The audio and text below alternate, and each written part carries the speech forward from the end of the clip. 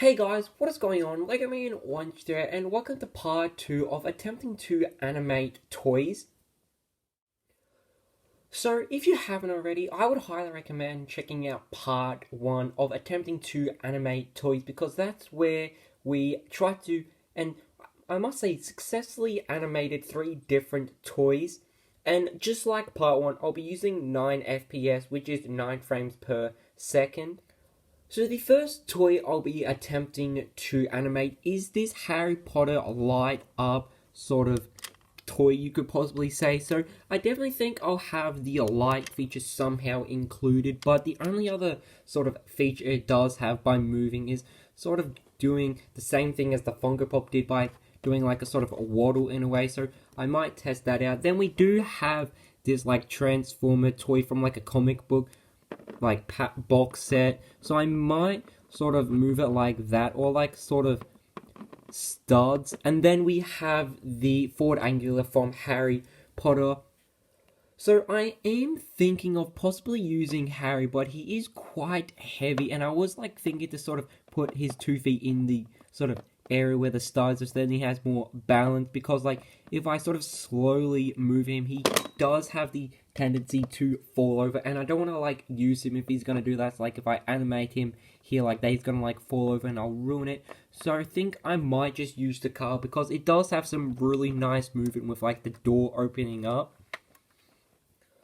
So first I'll start with this Harry Potter light up sort of toy here, because as I said with the introduction, he does light up, as you can probably like just see, and he doesn't really have too much movement apart from like his sort of platform he does sort of go on. So I might do like the sort of Pixar lamp thing, like he's bouncing in, something like that, and sort of like turns around and then like lights up. So that could be really interesting, so I might test that out. I must say, that was actually really interesting to do with like the light turning on and then it going dark. However, I kind of wish like the bounce effect did work a little better, because originally when I did it, it just looked really choppy. Like it would go from like here to there. There was like no way to indicate a bounce. Even when I tried to do like a zoom in when like he touched the ground again, it didn't really work out. But I must say, him sort of sliding across and then turning around did actually work really nicely, and then like his light going on and then it going dark. So next I'll be attempting to animate this little guy here who is from Transformers, more specifically Soundwave. So I'm thinking with him maybe doing something similar with like the Funko Pop, like he sort of waddles a bit, or I might like do something where like he tips over and like something to do with like maybe transforming. Not really too sure just yet. Okay, that actually worked better than I thought it would. I really like the idea of him like sort of coming in and then like rolling over, almost like he's been like kicked or like hit by another transformer. So I definitely think that worked a little more better than just like a sort of a waddle, or like him sort of going like that, or like transform. So I definitely think the other idea worked really nice, like him coming in and rolling over, almost like he's been hit or kicked. So I definitely think that worked a lot more better than my 2 previous ideas.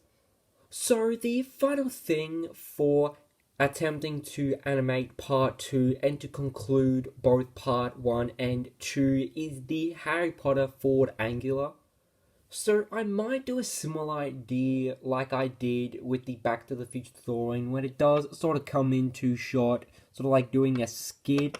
However, I might have like the doors open up, because like this time I can take a picture of each frame of the door opening up, unlike the DeLorean, and then I may use Harry for like sort of opening up the door. That could work, but it all depends on like the position of him and like if he's gonna fall over every time I sort of move him, because he can very easily move or fall over if I accidentally put him in the wrong position. So I might actually take him out and just use the car, because in the Harry Potter universe it is actually a magic car, so that might work really nicely, sort of coming in and like both doors opening up and possibly maybe flying off. I'm not too sure how I'm going to do that just yet.